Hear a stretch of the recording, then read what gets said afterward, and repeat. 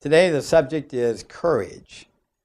Nathan Hale, as a young boy, was always told his name stood for courage. His parents instilled into him, someday you're going to have tremendous courage to face any adversity in life.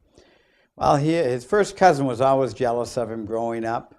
And when they grew up, his cousin joined the Tories and Nathan joined Washington's army.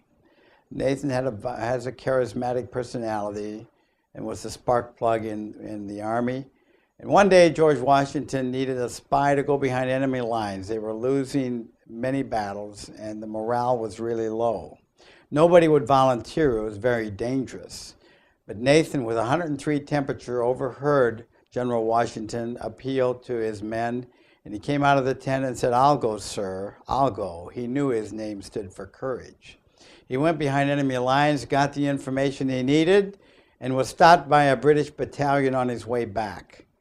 And Nathan's first cousin recognized him and said he was a traitor, and they tried him for treason. They said he'd be hung in the morning.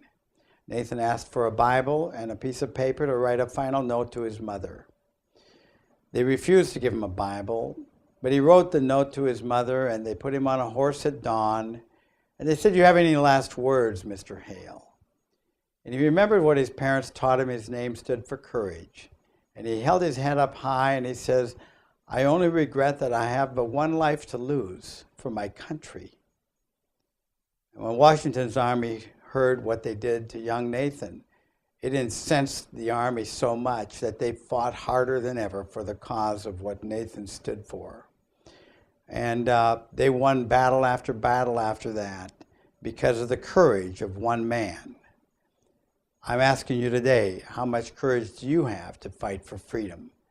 Because now it's our turn to hold the battle, and we are in a battle for the heart and soul of America.